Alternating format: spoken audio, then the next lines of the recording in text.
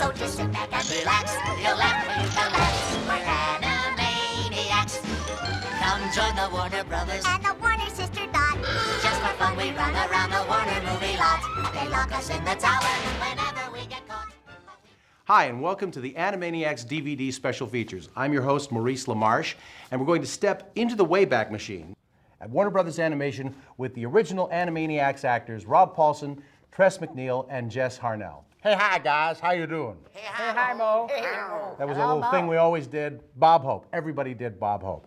Now, guys, I really do want to step into the Wayback Machine, and we're auditioning for this show, Animaniacs. You guys are. What's the first thing that comes to your mind as you're walking in to audition for this show, Animaniacs? What was the audition day like for you? You start, big brother. You know, I got to tell you, Maurice, having worked with these fine folks on Tiny Toons for a few years before this, Tressa and I, we had not had the pleasure yet of knowing Mr. Harnell, but Tressa and I had known each other since about 1937 because Tress had just turned 60. And, Those were the days. Yeah, so we talked about this, and we knew this was going to be a big deal because Mr. Spielberg was involved, and of course that's always Steven Spielberg, not the one you know, the guy that owns a chocolate shop in Van Nuys, Maurice Spielberg. But anyway, we knew that Mr. Spielberg was involved, and that frankly they were going to spend a lot of money, and it was going to be a big musical show, and so we were quite aware that this was going to be quite a big deal. We're Animaniacs, totally insane. Here's the show's naming. Animaniacs, those are the facts. So you and Tress were veterans of Warner Brothers Animation, but this was the first time really any of us had encountered this rock star Well, you know, man, no, it's... known as Jess Harnell. Mo, it was so strange, and it's like listening to Rob tell that story. I mean, you know, my whole life has been a case of ignorance being bliss, so it's great that I'm ignorant, because I had no experience in voiceover at all, really. I mean, I'd kind of done some stuff for Disney, which I sort of fell into, and I didn't get called in directly by Warner Brothers, because nobody knew me over there, but they had all these characters laid out on the floor. They said, you can read 5, picked 5, did some sort of crazy, you know, wacky voice for Wacko that I guess was good enough to get me a callback. And the fun thing about Wacko coming about was it started off as this really kind of crazy cartoon voice, and then Miss Romano said to me, why don't you try one like Elvis? I know you do impressions. So I tried it like Elvis, and then she said, what about like a Beatle voice? So originally, at that audition, I just threw out like, you know, I was doing straight ahead, sort of like a John Lennon sort of thing, really, right? You know, I'm talking like this, and it was great, and that's how I did the audition. But then they showed me this picture of him, and I saw that he was like a little guy, so I just made his voice smaller, you know. Now then, Wacko, let you and I talk, Okay, good. What's on your mind? Oh, I got it, my hair. Tress, your background is Groundlings and sketch comedy. How did you get into this whole voiceover thing? Well, I was born doing voiceover. No, What was your first cartoon? it was Smurfs, Oh, yeah. and I played a baby giant. I thought, oh, This is what we do, folks. I can't get the easy part. That makes me feel all kind of warm and squishy. Either that or I need to wear diapers. And I have to tell you that having worked with a lot of people in this business for a long time, it is astonishing how rare it is to come across a talent like Ms. MacNeille, because she's pretty uniquely gifted.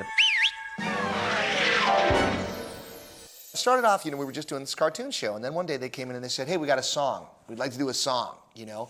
And you guys all sing, Stand right? back. Well, no, it wasn't even that. It was like they were so, I don't know how, they didn't ask me at the auditions if I sang. I guess they knew that you guys did because they had history with you. But music ended up being such a big part of this show.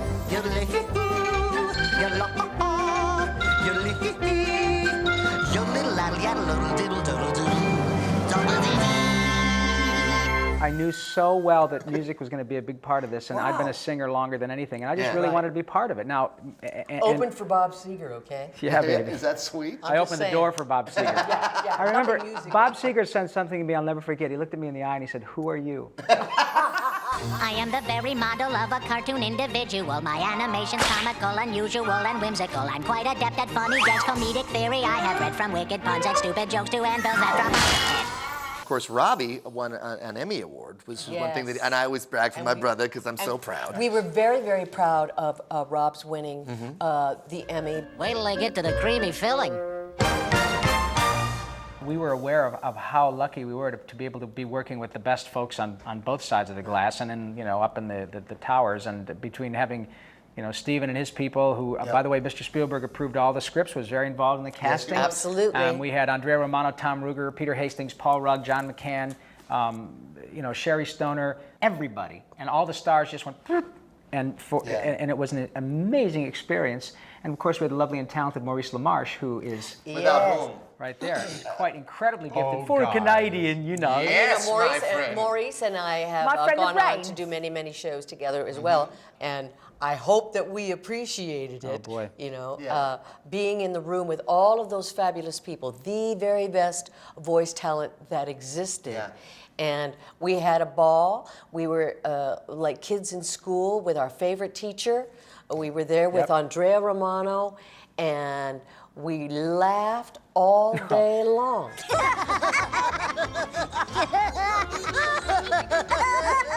And Maurice has this exaggerated laugh. Wow. And every once in a while, you know, when it was most inappropriate, he would laugh too hugely. And it just makes me laugh. I have no idea of which you speak. It's the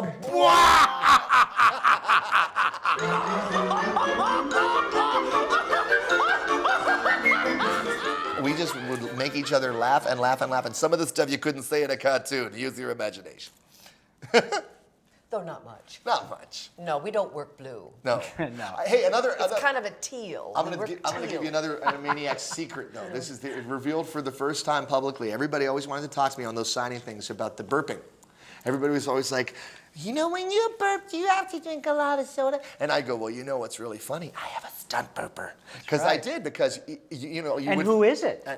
My stunt burper is the best in the business, and it's that gentleman right there. That's right. And I don't want to, Mo, I don't want to put you on the spot, and you're so well-dressed and handsome Not today. at all. But if you wouldn't mind, Mo, would you give us just a little example of the magic you used to do on my behalf?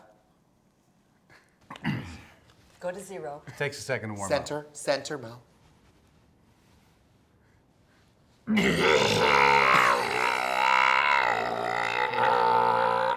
that great? That's one That of is those. a thing of beauty. And the caption is what? And give up show business?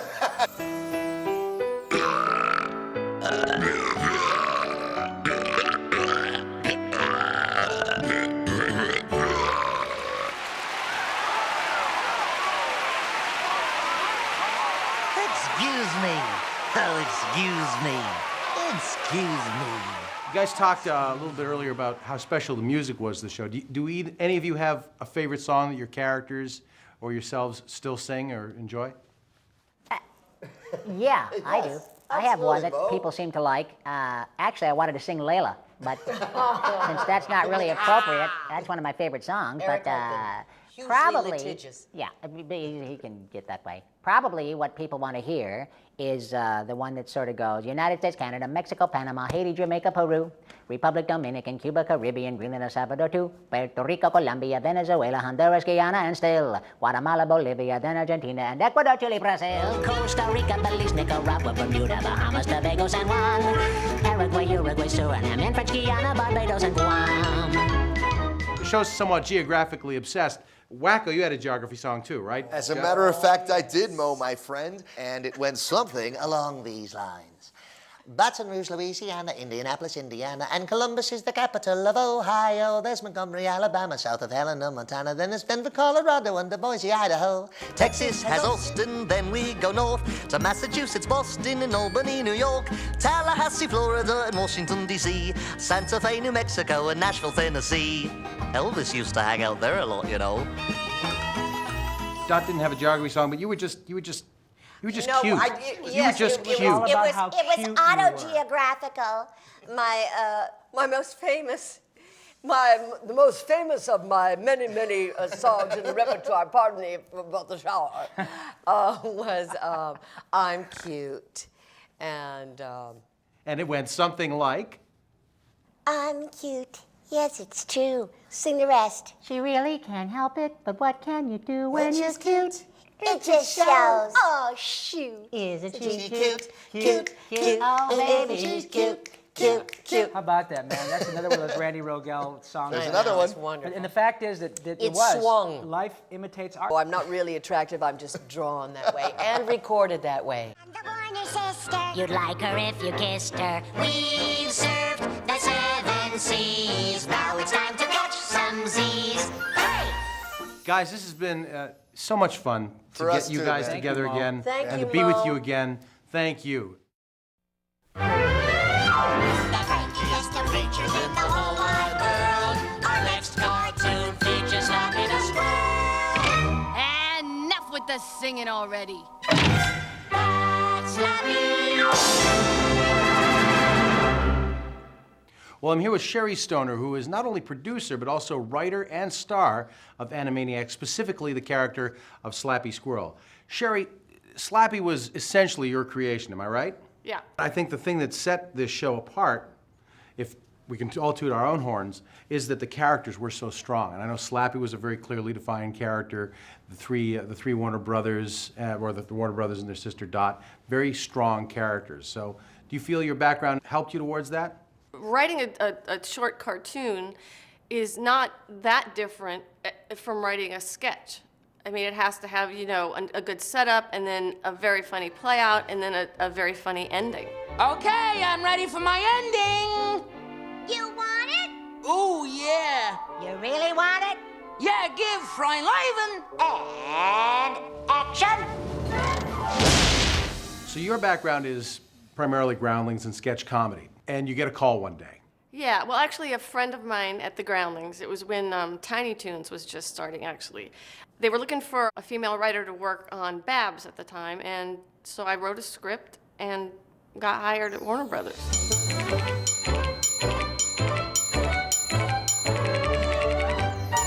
So you're writing the show, you're writing Slappy Squirrel. How do you get them to use you as Slappy? We were at a meeting at Amblin, and we were showing Stephen preliminary sketches of all the characters. And when it came time to talk about Slappy, I started doing the voice, you know. And she's like an old-time cartoon star, and he said that I should do the voice. And so that's how it happened. I owe it all to him. I'm going into a coma. Uh-oh, too late. I'm in a coma. And she's kind of that Lucille Ball generation Yeah, kind of a character. I just thought at the time that it would be fun to have a cartoon character who is actually, you know, old, because cartoon characters don't really age, and I just thought if she had all the dirt on all the old, you know, cartoon characters. Look, you've seen all my old cartoons, right? About 1 trillion times. I wrestled with Walter Wolf, Sid the Squid, and Beanie the Brain-Dead Bison. This Doug guy here's nothing. Yeah, but those were cartoons and this is real life. Don't tell him. He might crack. You talk about having the dirt on all the old characters. My favorite Slappy episode was Bumby's mom. Yeah. Where did that come from? Was there a kid in your life who was upset when the other character from that other animation company, when that character's mother died, that inspired this? Well, I just remember when I was a kid how disturbed I was after seeing that movie, and how, you know, I think everyone was terribly disturbed. And so I just thought it would be funny if Skippy was seeing the same sort of movie and couldn't get over the fact that this character was dead. But in fact, she wasn't. She was in, you know, a trailer park in the desert. You must be careful on the meadow. There's no cover here from the hunters. I will, Mommy. Mommy? Mommy, where are you? Bumpy's mother is... Is it me? That Mama Dear was just an actress, Vina Wallin. We were pals. She used to date George Jetson. Look, have I ever lied to you before? I'm gonna take you to meet Bumpy's mom. Bumpy's mom? She's... It was a great moment when they meet up and Skippy doesn't quite recognize her, so you have Slappy say, do the turnaround, and she morphs. That happens to so many of us voice actors where Jess Harnell has a great story about a kid not believing it's him, even when he does the voice. So when she does that whole morphing thing, it's just hilarious. What's with you? That's not Bumpy's mom. She's old. Tactless, yet rude. Hey, could you do a piece of the old Bumby bit for my nephew?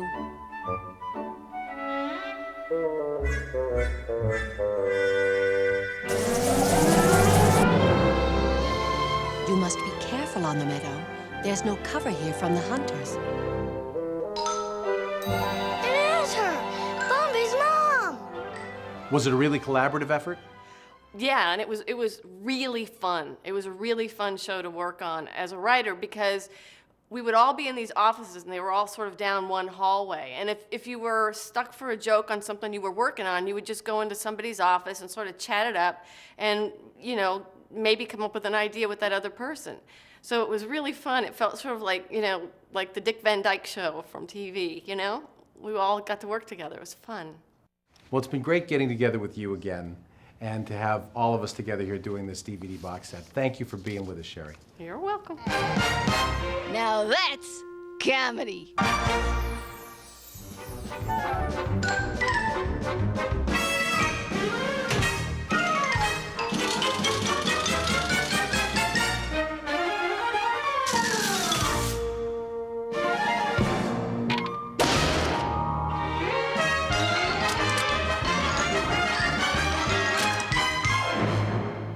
I'm here with Julie and Steve Bernstein, who were composers and orchestrators on Animaniacs. Guys, it's great to see you again. What brought you to Animaniacs as composer? Well, the late, great Richard Stone was the supervising composer for the show, and I had been working with Richard on Tasmania, and then Animaniacs came up, and he took me along. And I had been going along on lunch with Tasmania, and he took me along as orchestrator.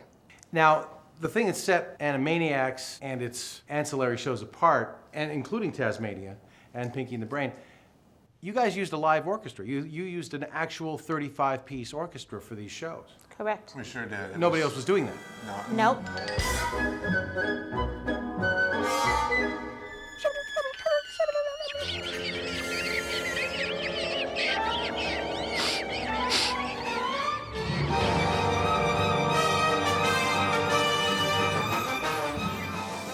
It started with Tiny Toon Adventures, I believe, the resurgence of this usage of the orchestra.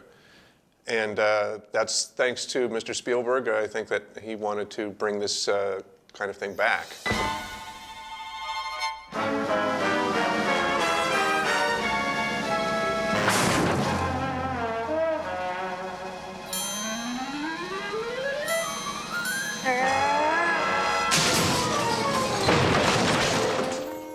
And you actually used to record the music on the very same stage as a very famous Warner Brothers alumni. That's right.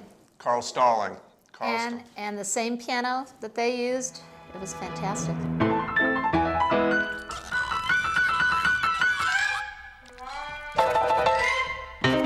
Now that's entertainment. There was a resonance to that room that was really quite something. I got to attend a couple of recording sessions, and it sounded like a Warner Brothers cartoon in the studio, didn't it?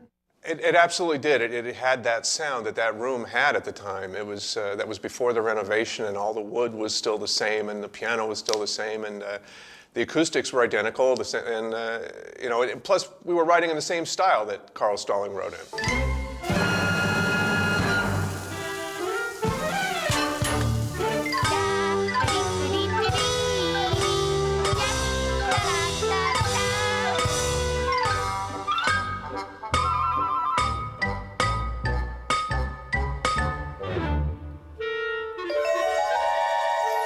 Tell us a little about the process of writing for animation. How would that differ, say, from writing for a live-action film? I think it was a lot different in that there are so many points of synchronization that we would have to hit while maintaining the musical style and living within the realm of cartoon land.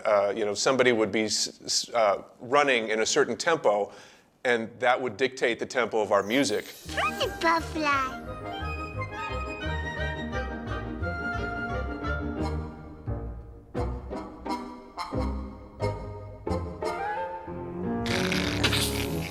A door would slam, and that would dictate a change in the music, or somebody would fall down, or something would fall on them, and all of that had to be caught in the music and musically done, it would have to fall within a phrase.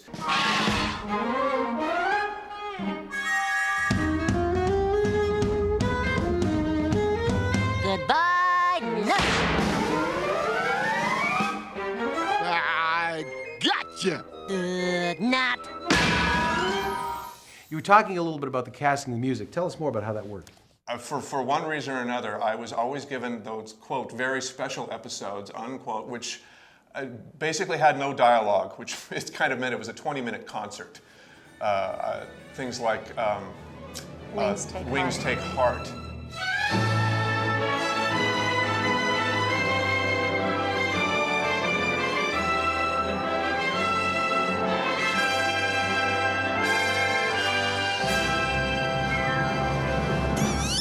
What's it like for a husband and wife team to collaborate on a process like this? It Go ahead. becomes better and better. We have, for the past 6 years, actually sat next to each other and collaborated on writing. Side by side at the keyboard, kind of arm wrestling for the G sharps. Which is very interesting, and it's overall probably been good for the marriage somehow. Steve and Julie Bernstein, thanks so much. It was great having you with us again. And Hey, Mo. Andrea Romano. It's Andrea Romano. It's good my to see friend. you. Just talking to Steve and Julie Bernstein. You just missed them. Frighteningly talented people. They're amazing. I love them so. You know, it's funny doing something like this. I regret that I didn't ask them about the parodies. Remember all those great parodies that we used to do? So very many parodies. Wow. They would take a song that was clearly recognizable and sort of invert it musically so that you could still tell what they were parodying, and it would be just brilliant. West Side Pigeon. West Side Pigeons.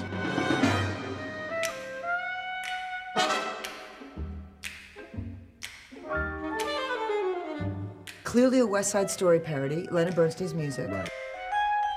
As far back as I can remember, I always wanted to fall in love. But we were always too busy being tough birds, fighting to protect our territory from the sparrows. You know, there's certain actors who find obscure impressions to do. You know, everybody can do Frank Sinatra, everybody can do John Wayne, but every once in a while, something would happen, like this actor named Maurice LaMarche would say, hey, listen to my, Ray Liotta impression. As far back as I can remember, I always wanted to be a good feather. You see, if you were a good feather, you had it all. And then we went, oh, well, how perfect is that? Why don't we make, the good feathers rather than good fellas? Well, and then so you would do that. That was pre-existent though. I remember walking in and remembering it being a tremendous coincidence. I had just eaten dinner next to Ray Liotta about 2 weeks before, and he says, "Do you guys mind if I smoke?" I said, no, go ahead, but please do. Oh, that's so nice. He just lights up, and we start talking about, the fact that it's their first date. So I absorbed him. He didn't know that, but I was using my magic impression powers to really take his personality so that when it came time to audition, I'd already kind of... Fantastic. Listen, I'll do anything to be a good feather. If I said they're gonna tell him, then the burns now. He says you're in. Well, the Good Feathers were so fun, too, because there you have John Mariano, who does by far the best De Niro. Amazing. I mean, looks like him when he does it. Yeah, Can't he just help it. channels him. He totally does. You walking with me? Is that what you're doing? You walking with me? I don't see anybody else here. And then Chick Venera, who was one of the funniest Joe Pesci type voices. Now, He's that way anyway. I know. He sounds like that anyway. Exactly. He just had to It's not doing an impression. just a bit, That's right. yeah. He wasn't even doing an impression. He was just playing the take it up character. a half step. Fat Jolly slobbering all over me over here. Well, maybe he thinks you're cute, you know what I'm saying? Cute? You think I'm cute? That's it. Cute? I show you cute. You want cute? Here's your cute. You diva. So, casting Animaniacs. You know, casting Animaniacs is one of those awesome responsibilities. Every once in a while, something like this comes up where you just say, this is going to be a gem.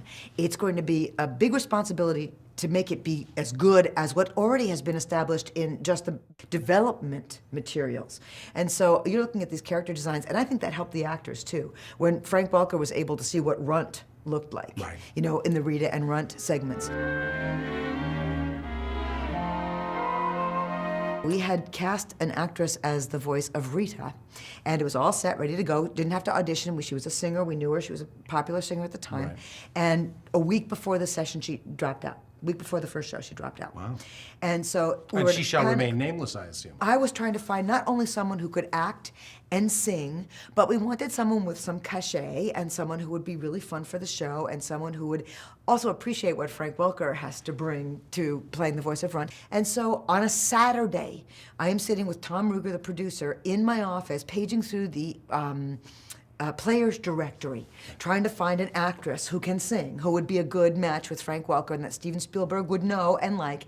And so I go through and we find maybe 5 or 6 actresses that fit the bill and then run them by Steven. Saturday afternoon, calling on the phone, Steven, what do you think of, blah, blah, blah, blah. And number 1 on my list was Bernadette Peters, whom I've always adored. Just a beautiful voice. Out here in the shadows and out here is a promised land. Out here we'll all understand and make this place our home.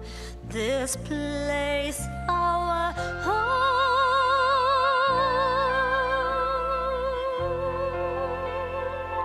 You have all these tiny little segments that each have their own personality. You have Rita and Runt, you have Pinky and the Brain.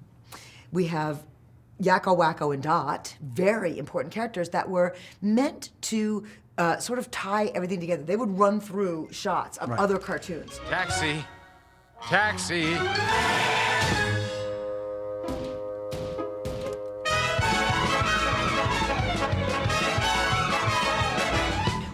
We kind of knew who we wanted to play Yakko. We had worked with Rob Paulson before on a couple of other series, and we knew we wanted him to play Yakko. And so we had to submit multiple takes to Mr. Spielberg because, that's what you do with a producer. And we sent him 5 different auditions. 3 of them were Rob Paulson. Slow down! Why? Everyone else is rushing around here. Yeah, I don't write them. I just say them. We had no trouble casting Dot. Tress MacNeille was just hilarious and cute and funny, and yet that edge. Hello, Mr. Lethal Weapon. Did you miss me? Talk a little bit about the Steven Spielberg influence, because we know that it lent a lot of cachet to the show, but he was truly involved. Amazingly, you never know when somebody is going to produce a show like that, how much they will be involved. Steven came up with story ideas. Steven read storyboards. Steven, would come to recording sessions occasionally. He was very hands-on with that series, and he was a pleasure. He didn't really fight us. He just sort of said, go for it. He let us all creatively do what we do the best, and that was terrific. I still don't know what to paint in this blank space, and His Eminence will be here any minute. It's His Eminence! His Eminence! Look, it's His Eminence! His Eminence is coming! Gadzooks, His Eminence! Don't worry, Mike. You go say howdy. We'll finish up. Your Eminence! I'm so glad you could come. I've worked so hard to please you. I hope you like my ceiling. Ah! I'm ruined!